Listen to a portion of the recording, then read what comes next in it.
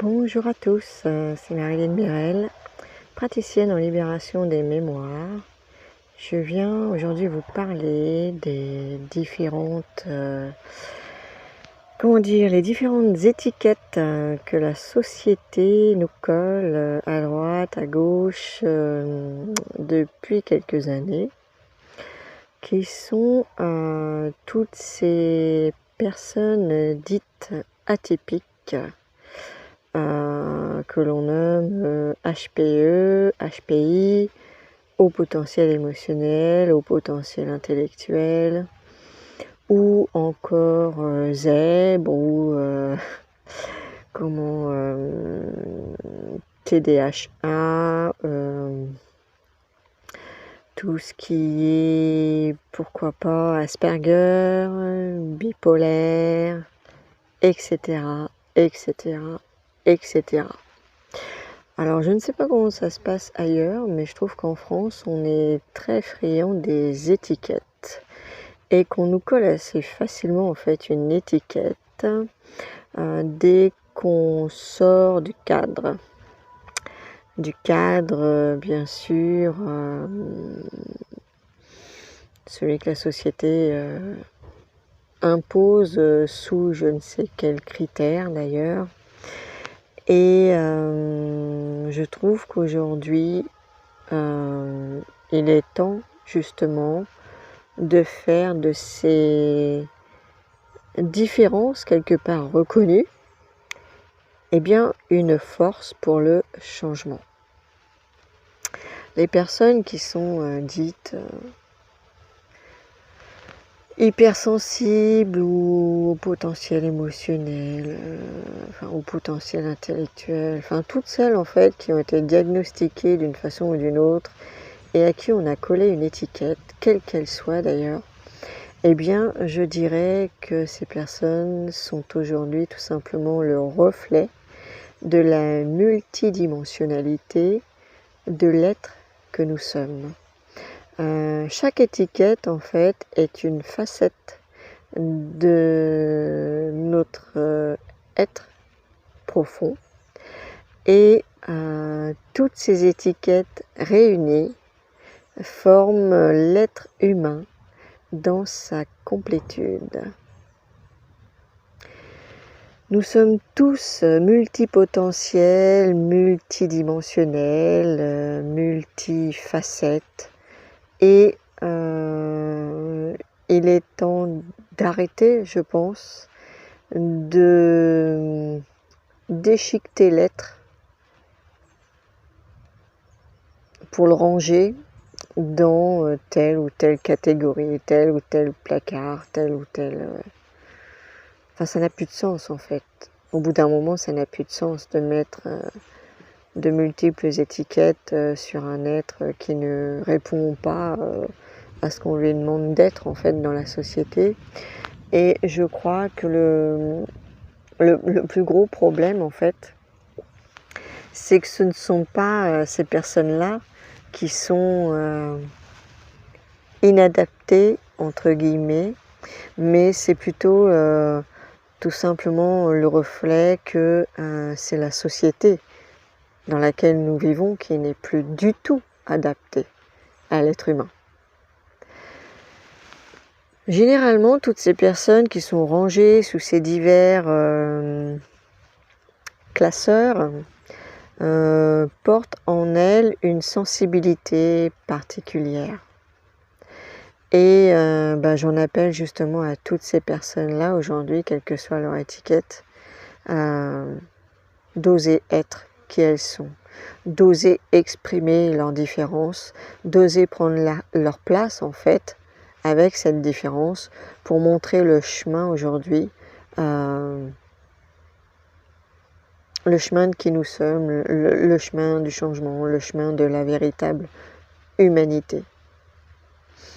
Être hypersensible, empathe, c'est faire preuve en fait que l'être humain n'est pas un robot, qu'il n'est pas adapté au transhumanisme et c'est un petit peu comme si la nature nous criait reconnaissez-vous, retrouvez votre essence, regardez qui vous êtes, regardez vos forces plutôt que d'en faire des faiblesses, regardez vos différences et acceptez-les plutôt que de vous diviser, de tirer sur le voisin parce qu'il ne rentre pas dans la même case que vous, parce qu'il n'a pas les mêmes idées que vous. Il est temps aujourd'hui de se réunifier à l'intérieur de soi, parce que c'est qu'à partir de cette réunification individuelle et intérieure qu'on va réussir enfin à retrouver ce chemin de l'unité collective. Tant qu'on continuera à déchirer l'humain en morceaux en fait, et à ranger dans les cases chaque part de lui, chaque trait de caractère, chaque émotion, chaque pensée, tant qu'on continuera à remplir des tiroirs et des tiroirs et des tiroirs de bouts d'humain en fait,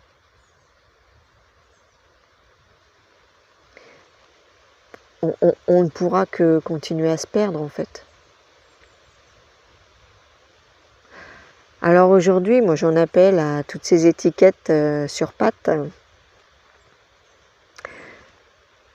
à se reconnaître dans leur force, dans leur richesse d'âme, dans leur richesse de cœur, et de se rassembler, parce qu'ensemble en fait, vous formez juste le tout que constitue l'être humain dans sa globalité.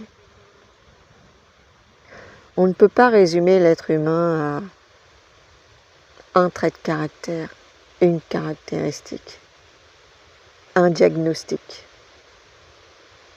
Aujourd'hui, on a des adultes qui ont 40, 50, 60 ans et qui passent des diagnostics pour savoir s'ils sont autistes Asperger, parce qu'ils se reconnaissent dans les descriptions qu'on trouve partout sur YouTube, dans les questionnaires que l'on peut remplir sur Internet.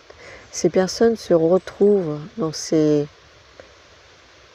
descriptions et se posent la question aujourd'hui, mais est-ce que je n'ai pas été autiste finalement toute ma vie?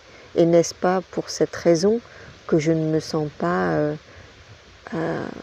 adaptée dans cette société, que je n'arrive pas à rentrer dans ce moule qui n'a aucun sens en fait pour moi, qui ne fait pas sens dans ma vie, qui ne répond à rien de mes besoins. Parce qu'il est possible effectivement de passer toute sa vie en étant autiste. Alors, il y a différentes formes d'autisme, hein, mais là je parle plus effectivement ceux qui sont qu'on appelle le trouble du syndrome autistique en fait.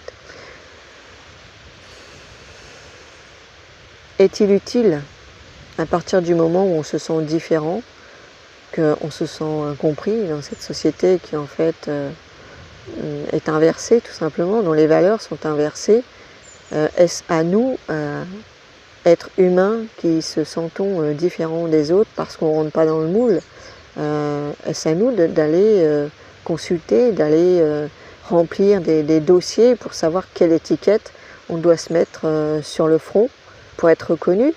Ou suffit-il simplement que nous nous reconnaissions nous-mêmes sans la validation extérieure et que nous valorisions par nous-mêmes en fait ces compétences, parce que ce sont des compétences. La sensibilité n'est pas une tare, la sensibilité est humaine, c'est à cela qu'on reconnaît un être humain en fait. C'est la différence avec le robot. Mais parfois on peut être tellement coupé de ses émotions et de ses ressentis qu'on peut effectivement être en errance et être finalement un zombie dans cette société, à répondre à des injonctions politiques, économiques, sociales, des injonctions qui ne nous correspondent pas la plupart du temps. Pour la plupart d'entre vous, finalement, toutes ces injonctions, elles ne vous correspondent pas. Elles ne font pas partie de vous. Et pourtant, on suit tout un tas d'injonctions, tout un tas de croyances, tout un tas de dogmes ou je ne sais quoi qui sortent de je ne sais où d'ailleurs. Enfin voilà, c'était juste un petit message comme ça, parce que je pense qu'à un moment donné, il faut dire stop au découpage et stop aux étiquettes. Et simplement oser être qui on est, avec nos bagages. Et on a tous en fait des compétences et des qualités, mais aussi des zones d'ombre qu'il faut accepter. Et ce n'est pas parce qu'on a des zones d'ombre qu'on est une tare, qu'on est nul, qu'on est débile ou illuminé. La sensibilité est une richesse. C'est la richesse du cœur. C'est celle qu'on nous demande de retrouver aujourd'hui, celle qu'on a perdue et qu'on nous demande de retrouver. Donc il y a une génération, voire deux, qui sont nés en fait avec cette sensibilité-là et qui ont réussi à la garder, qui malgré le chaos personnel de chacun, eh bien ont peut-être fait taire cette sensibilité pendant un temps, mais en ce moment pour beaucoup elle se manifeste, elle s'ouvre, elle se réveille. C'est ce qu'on appelle l'éveil de conscience. Nous avons besoin de cette sensibilité-là, nous avons besoin d'en prendre soin. Et nous avons besoin de montrer le chemin en fait à travers cette sensibilité-là. De montrer qu'aujourd'hui, l'être humain, j'allais dire, il n'est plus fait pour faire la guerre. En fait, il n'a jamais été fait pour faire la guerre. L'être humain, en faisant la guerre, ne fait que répondre à des ordres qui, pour moi, n'ont pas de sens.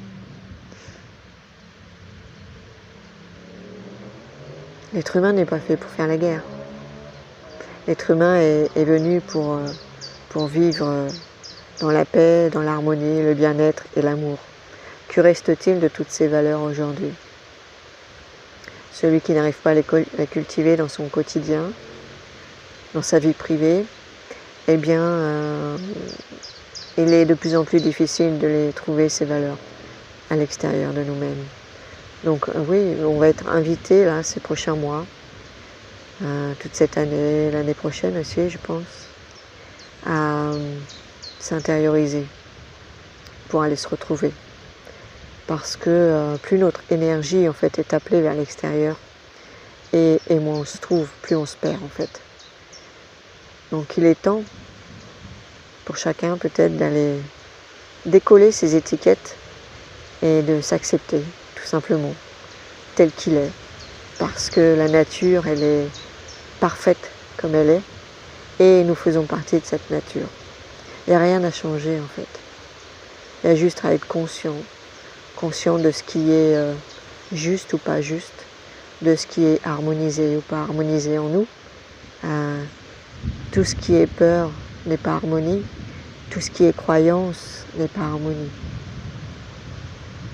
Tout ce qui est stress n'est pas harmonie.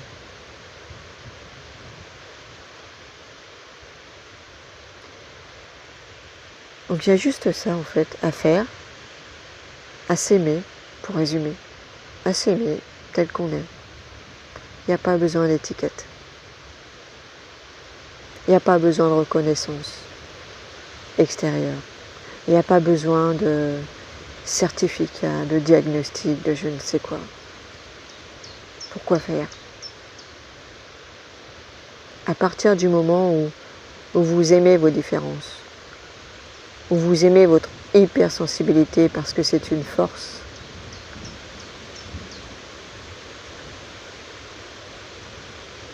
à partir du moment où vous aimez vos émotions parce qu'elles sont messages, informations,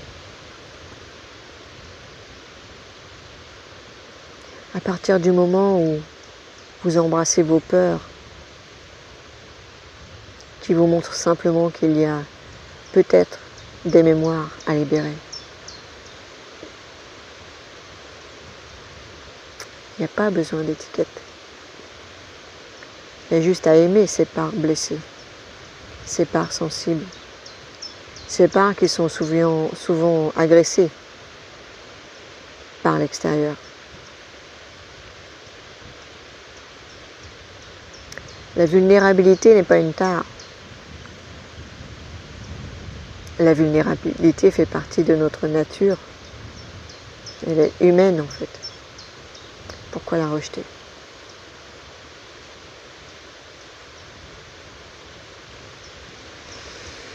Je crois que l'orage gronde autour de moi. Donc je vais peut-être m'arrêter là. Mais voilà, ça faisait quelques jours que j'avais cet appel dans le cœur. Parce qu'en fait j'en ai marre de voir des étiquettes partout.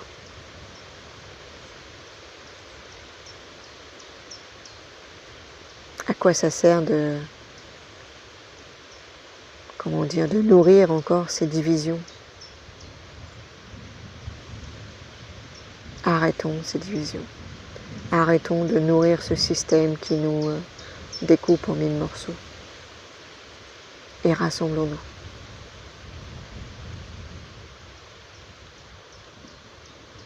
D'abord à l'intérieur de soi, ça commence par soi. Hein. Toujours, hein, tout commence par soi. Tout, absolument tout.